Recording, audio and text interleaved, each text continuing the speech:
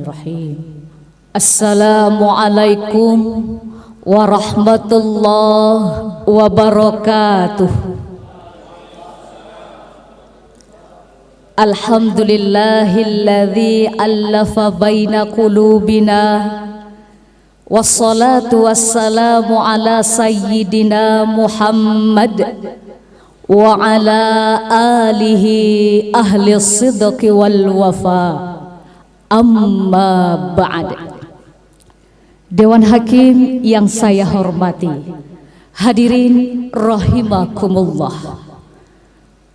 Berbicara tentang kebinekaan, Elizabeth Pisani, seorang mantan jurnalis asal Amerika Serikat, pernah menulis di dalam bukunya yang berjudul Indonesia etc. Exploring the Improbable Nation. Indonesia adalah sebuah negara yang hampir tidak mungkin untuk berkembang. Hal ini, hadirin, merupakan ungkapan keraguan seorang Elizabeth karena Indonesia hadir dengan 17.000 pulau, 720 macam bahasa, 360 suku bangsa, dan 6 agama diakui di Indonesia. Keberagaman inilah yang menjadikan bangsa Indonesia unik dan menarik di mata dunia. Tapi kita tidak bisa menutup mata jika keberagaman ini tidak kita jaga, tidak kita rawat, tidak kita kelola dengan baik, maka akan menjadi sumber potensi konflik. Baik itu konflik antar suku, antar budaya, antar agama, yang ujung-ujungnya, hadirin, akan menghancurkan persaudaraan kita. Na'udzubillah min dzalik. Kita tidak menginginkan hal ini terjadi. Maka merajut persaudaraan dalam bingkai kebinekaan adalah judul dakwah yang akan saya sampaikan pada kesempatan kali ini. Allah Subhanahu wa taala berfirman dalam surah Al-Hujurat ayat 13. A'udzu billahi minasy syaithanir rajim. Bismillahirrahmanirrahim. Ya ayyuhan nas, inna khalaqnakum min dzakarin wa untha waja'alnakum syu'uban wa qabaila lita'arafu. Inna akramakum indallahi atqakum. Innallaha alimun khabir. Aku berlindung kepada Allah dari godaan setan yang terkutuk dengan menyebut nama Allah yang Maha Pengasih, Maha Penyayang. Wahai manusia, sesungguhnya kami telah menciptakanmu dari seorang laki-laki dan seorang perempuan, dan menjadikanmu berbangsa-bangsa dan bersuku-suku agar kamu saling mengenal. Sesungguhnya orang yang paling mulia di sisi Allah ialah orang yang paling bertakwa. Sesungguhnya Allah Maha mengetahui lagi Maha mengenal. Dewan Hakim yang bijaksana, hadirin sebangsa dan setanah air yang berbahagia, Profesor Dr. Wahbah Az-Zuhaili dalam tafsir Al-Munir jilid 13 halaman 581 menukilkan dua riwayat mengenai asbabun nuzul ayat tadi. Yang pertama diriwayatkan oleh Ibnu Abi Hatim dari Abi Hulaikah bahwa pada tahun 8 Hijriah, tepatnya pada peristiwa Fathu Mekah, Bilal radhiyallahu anhu naik ke Ka'bah untuk mengumandangkan azan. Sebagian sahabat protes seraya berkata, bagaimana mungkin budak hitam ini yang mengumandangkan azan di atas Ka'bah? Kemudian Rasul memanggil mereka dan memperingatkan mereka dengan tegas agar tidak membanggakan kesukuan dan memandang remeh orang-orang fakir. Yang kedua diriwayatkan oleh Abu Bakar Ibnu Abi Daud bahwa Rasul menyuruh Bani Bayadah untuk menikahkan salah seorang putrinya dengan Abu Hindin. Bapak dan Ibu tahu siapa itu Abu Hindin? Abu Hindin adalah seorang tukang bekam dan merupakan bekas budak dari Bani Bayadah. Tentu Bani Bayadah bertanya kepada Rasul, "Ya Rasul, bagaimana mungkin kami menikahkan putri kami dengan bekas budak kami?" Lalu turunlah ayat tadi. Hadirin, surah Al-Hujurat ayat 13 tadi merupakan landasan etis teologis tentang fitrah kebinekaan, karena redaksi kalimatnya adalah ya ayyuhan nas, wahai manusia. Selanjutnya waja'alnakum syu'uban wa qabail.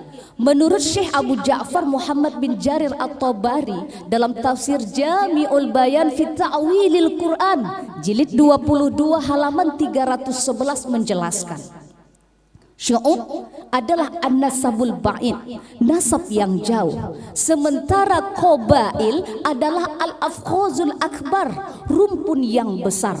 Maksudnya di sini adalah suku dan bangsa. Pertanyaannya, mengapa kita diciptakan bersuku-suku dan berbangsa-bangsa?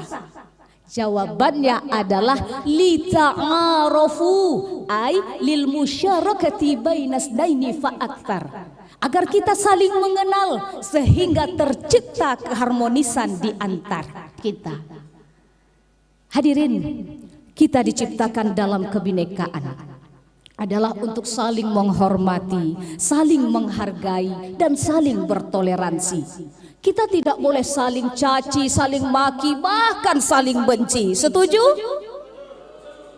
Kementerian Komunikasi dan Informatika Republik Indonesia sejak tahun 2018 hingga sampai saat ini telah merilis data bahwa ada 3.640 kasus SARA di sosial media.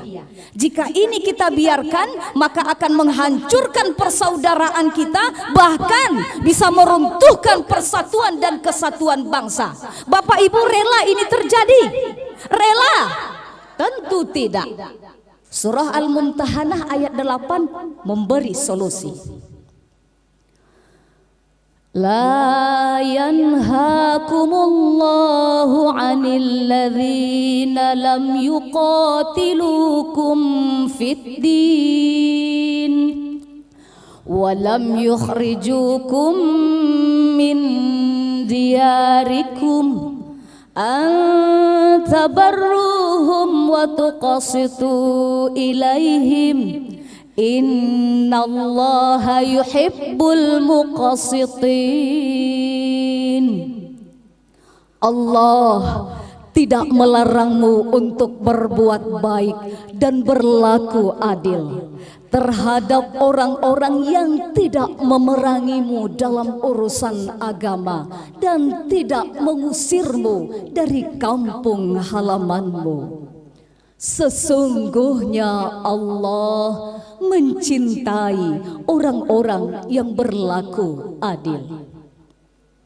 Dewan Hakim yang bijaksana, hadirin rahimakumullah. Muhammad At-Tahir Ibnu Ashur dalam tafsir At-Tahrir wa At-Tanwir menyebutkan ada sikap yang mesti kita miliki dalam rangka merajut persaudaraan di tengah kebinekaan, Yang pertama adalah antabarruhum, ay husnul muamalati wal ikram, memperlakukan mereka dengan baik. Yang kedua, wa tuqsitu ilaihim, ay tufdu ilaihim bil qist, memperlakukan mereka dengan adil. Yang ketiga, wa ta'dilu fihim bil ihsani ilaihim, memberikan kebaikan kepada mereka. Dan yang keempat adalah wala tazlimuhum, dan tidak berbuat zalim kepada mereka. Dengan demikian hadirin, haram bagi kita untuk memusuhi umat agama lain yang tidak bersalah dan tidak mengajak berperang. Karena kita adalah umat Islam. Islam adalah agama rahmatan lil alamin, yang mencintai perdamaian, membenci perselisihan dan menghindari permusuhan. Betul? Karena itu, mari kita rawat ukhuwah walaupun kita berbeda rumah ibadah. Mari kita rawat kerjasama walaupun kita berbeda agama. Dan mari kita rajut persaudaraan walaupun kita berbeda ras dan golongan.